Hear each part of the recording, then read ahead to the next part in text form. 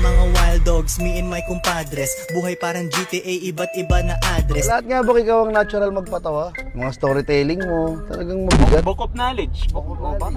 Tangina, bago maging ganyan si Bok, putang ina, 3 buwan tumira sa payatas yan. Para lang ma-in character niya yan. 2 taon naglatero yan, di. Puta, hindi niya napapansin, tumatanggap na siya ng sweldo. Yung ano lang, in-experience niya lang. Una vlog lang. Ano lang eh, latero for a day. Puta, naging 2 years, nagtrabaho na. Tangina, hindi nyo alam eh, isa si Bok sa nag-asintada ng Great Wall of China. Kaya napahaba ng ganun yon. Puta, ilang kilometro ang inasintada ni Bok doon. Gagawa lang mo gamit niya pang measure nun. Oh. iPhone. Kung ganun si Bok, oh. Kung ganun si Bok, nagtataka yung mga Chinese noong unang panahon. Kung nakuha yan. Kung nakuha yan. Nagtagalog. Sa labas ang mga wild dogs, me and my compadres. Buhay parang Bossing na bossing. Wag ka naman doon, tengi naman kami. Bakit? Di ba pag nagwa-wild dogs, ikaw nakangiti-ngiti lang din naman? Tumitira din naman minsan si boss. Tsaka pag tumira yun, uga. Oo, mabigat pag... Kaya nag-iisip ako saan ako papasok kasi mamaya maputol yung tawa nyo. Ano? Hindi, try mo lang. Okay mo. Magsabi ka isang word, tingnan mo. Try mo. Payak.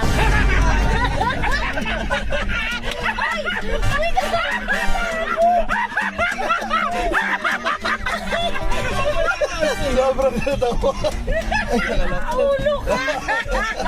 Kaya ibig sabihin, kahit walang ibig sabihin niya sasabihin ko, kaya niyo siyang anuhin. Hindi, kasi dahil dito sa buhay namin ito, ikaw si Kong TV. Oo eh. Puta, kahit pangit-panat mo nakakatawa. Uy, Panginoon, yun naman ganyan yung mga jokes ni boss. Grabe ka! Baka sabihin naman ng kasawa, bado yung ano Yan niya. pala ang tingin niya sa asawa. Hindi, alam niya naman. Hindi, Yan na. Sa labas ang mga wild dogs, me and my compadres. Tangina, si Bok nga, nagulat siya, kinuha siya Mountain Dew eh. Oh.